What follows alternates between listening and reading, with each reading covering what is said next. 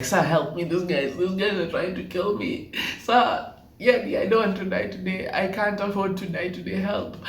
Help.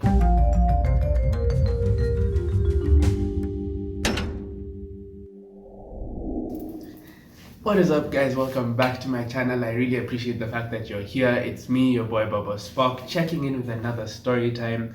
Honestly, big up yourselves for clicking on this video. I'm about to get into another one, but before I do, I'm gonna ask you guys to please like the video. Please subscribe to the channel for more story times to come. But most of all, I implore you, please share this video. Help me in getting this messages out there. Help me in spreading the word, spreading the gospel message through my stories. I mean, they're fun, they're enjoyable, they're exciting, but most of all, they have a purpose. And that purpose is to give glory to God. So if you could help me with this, I'd really appreciate it. Also, if you guys have your own stories, I mean, you could hit me up on my socials. We could talk about them. We can discuss what the teachable moments are, and we can figure out a way of how to get them out there. But until then, it's about time we get into another story time. You dig? So, birthdays. Birthdays were a very, very fun time for us. Well, not really. Not your birthday wasn't fun. It was fun for us, but it wasn't fun for, like, my birthday was not fun for me. Everyone else enjoyed it, I didn't, right? Reason why is because in our school, the tradition was we would bring you a cake. You know, we would appreciate you. See, we were nice people. We'd be very friendly. Plot twist is that cake was just the ingredients, right? So guys would bring eggs, guys would bring the flour, they would bring everything you need to make a cake. But instead of making the cake, they would take those ingredients and they would throw them on you. They would douse you in flour, they would get the eggs, they would break the eggs on you, be covered in all this disgusting stuff. It was not fun for you. You didn't enjoy your birthday. We enjoyed it on your behalf because, I mean, it's fun, but for you, not so much, right? So sadly, that tradition was taken away from us, and so we had to find alternative ways of celebrating your birthday. So instead of getting the cake, you'd end up getting thrown in a pool, or someone would pinch you a specific number of times. Now, it was dependent on how old you were turning. For instance, if you were turning 15, you'd get 15 good pinches or slaps on the back. It was your choice, really. I mean, we gave you the leeway to decide your punishment.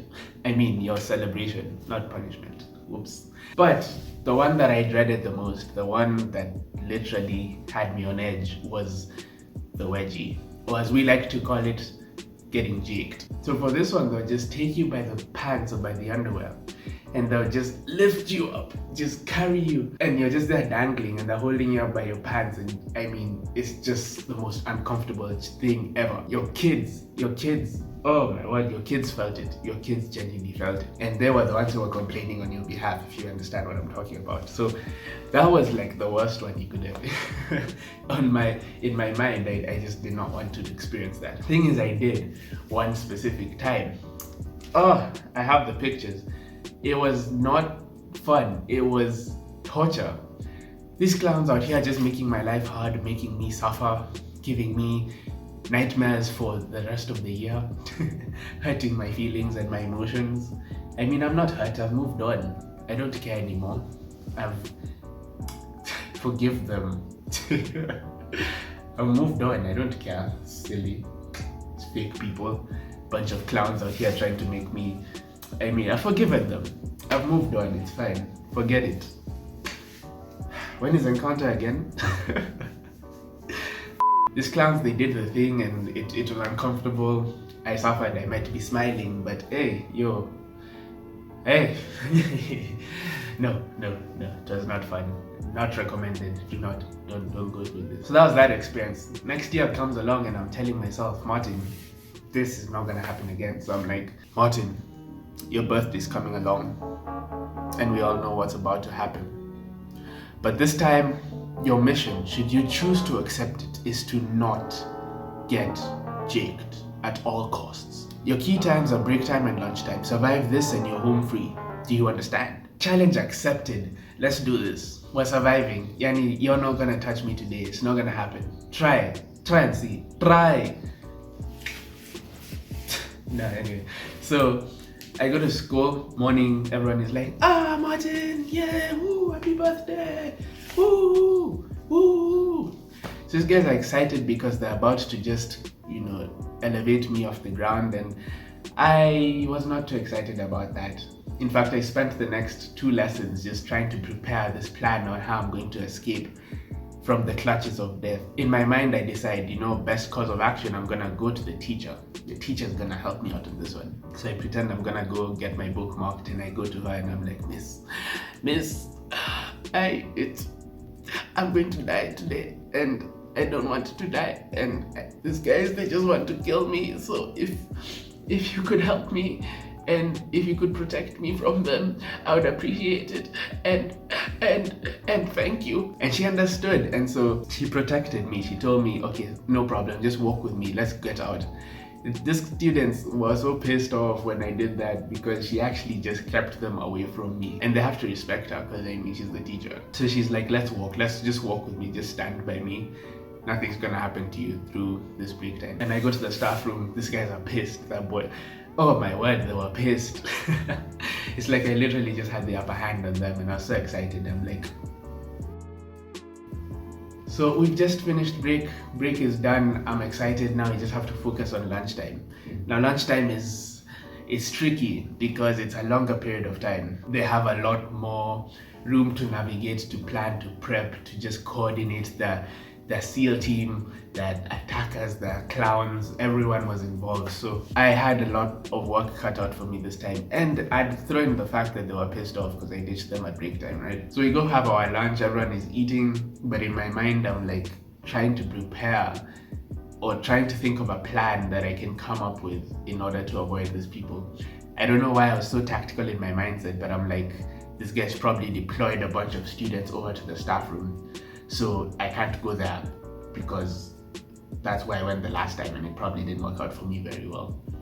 So in my mind, I'm like, best course of action now, let me go hide behind the primary classes. Primary classes next to our school reception. Nobody would have expected me to be there because it's primary classes. Why would you be there? At least that was my mentality. So I finished my food and I just ditched the table. I ran. These guys, they just smiled at me. They just watched me run away. They weren't scared or anything. I don't know why they were so confident, but I just went and hid. So I've just gone to the primary section and I'm chilling there by myself. It's so secluded. Nobody actually comes to that part of the school. And so I'm excited. So we have 15 minutes left. Everything is about to go according to plan.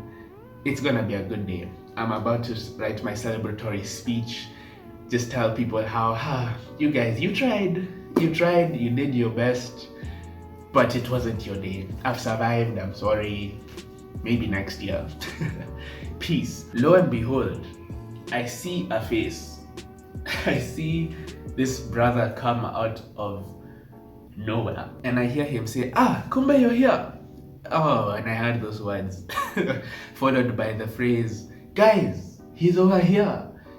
I melted because that was it for me. I didn't know how I was supposed to survive. I see 646 million people coming at me. There were 4, but they came at me and they literally took me, were holding, they were grabbing me and taking me and dragging me to one of the classrooms where this was supposed to happen. The rest of the people were waiting there to just do the thing, right? So they're pulling me through the field and they're heading to the classroom, and I look to my right. And who do I see? This teacher, this big guy, this, God bless him, because I needed him right then and there. And so I know these guys are walking in this specific direction, but I'm walking with a little bit of force, like just trying to pull myself a little bit in his direction, just to get into enough range so that he could see me struggling and I could probably call his name and be like, sir, do something, So I'm pulling, and we get into this range, and I'm like, sir, what's up? Help me, please. Like I just had to get his attention. I'm like, sir, help me, these guys are trying to kill me. Sir, yeah, I don't want to die today. I can't afford to die today, help. Oh my word, help me, sir, help me. And so he came to my rescue. He's like, guys, what are you guys doing? And they just they were trying to act innocent. They're like, nothing, we're just gonna go have fun, we're just gonna play. And I'm like, no, they're going to kill me. And he took me away from them. I sat with him at a banda for the remaining 15 minutes. I had done it. Ladies and gentlemen, I had succeeded.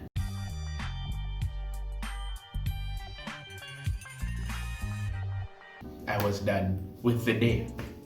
I got an element of cockiness to me. I remember walking to the class and I smiled at people. I'm like, y'all are good. Y'all feel good today. Feel accomplished, feel great, feel excellent. Pride was just beaming because I was successful. One person mentioned to me, Martin, day isn't over. We're gonna get you. And you should have seen the face drop. Just what?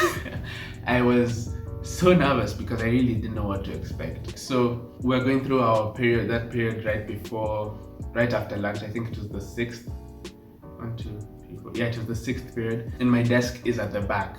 So in my mind, I'm like, okay, I can't get to the teacher from here. So I was doomed. I was pretty much doomed. I remember watching the teacher walk out of the classroom, and one of the students went to the door and shut the door. And then it's like, that instant where everyone just turns their eyes on you and your life flashes before your eyes and you remember all your life decisions that led you to this moment. That happened. These guys pounced on me. My word, they pounced on me. I remember they lifted me, they tried to get me up, but they tried to make it worse than it actually needed to be. They were lifting me and they carried me and they lifted me higher and higher and higher and higher. And I look up and I see they're aiming for this hook and they want to hang me on that hook by the pants. And I'm there, I'm like, guys, why you gotta do this to me? They made it so bad. They actually made it so bad. They didn't actually get to the hook, but they were so close. And it was bad. Worst experience ever. Yeah, so they accomplished what they needed. The mission failed. I was jaked, but it's tradition, I guess. So why do I tell you the story? Because as Moses lifted up the serpent, so must the Son of Man be lifted up. No, that was a joke. I don't know if you got it. No, because they lifted me up and then Jesus. Read John 3. John 3. The real reason I tell you this story is because I'm kind of drawn to the dynamics of the situation. While I was with the teachers, they literally could not touch me. I was untouchable. They had nothing on me. I was protected, more or less. But as soon as I was out of range, out of view from the teachers, when I was by myself, you should have seen how they swarmed on me. You should have seen how they surrounded me, trying to actually kill and attack me and end my life, destroy my soul, take me out, assassinate me, kill me. And it got me thinking about this situation whereby when we are with God, we're protected. There's nothing that can hurt us. There's nothing that can harm us. There's this verse, Proverbs chapter 18 and verse 10. And it says, the name of the Lord is a strong tower. The righteous run into it and is safe. I really love that verse. I genuinely love it because it's like telling me when I am with God, when I am protected by God, when I'm encompassed by this strong tower, when I can call on God's name, I'm protected, I'm safe. That's the authority in this case. When I was with the teachers, I was safe. But now when I'm with God, I'm safe. This devil, this evil, this life problems that are all around us, they can't really touch us as long as we're with God, because He's that strong tower and He's going to protect us. In fact, the enemy has to submit himself to God as well. He can only operate under the provisions that the Lord offers him. This is evident in Job chapter 2.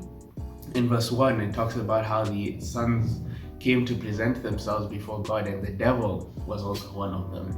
It shows me that even in that situation, the devil still has to submit to what God has to say, right? So if you want to be comforted, if you want to stay safe, if you want to be protected, just stay with God. If you can stay with God through your entire life, because like I said, as long as I stepped away from the teachers, they came and they attacked me. if we step away from God, I'm promising you, you'll be under attack. You will literally be under attack. But as long as you stay with God, I can guarantee you He's going to protect you. He will keep you safe. He will teach you lessons, but He will keep you safe. And that's what I'm encouraging you guys to do today.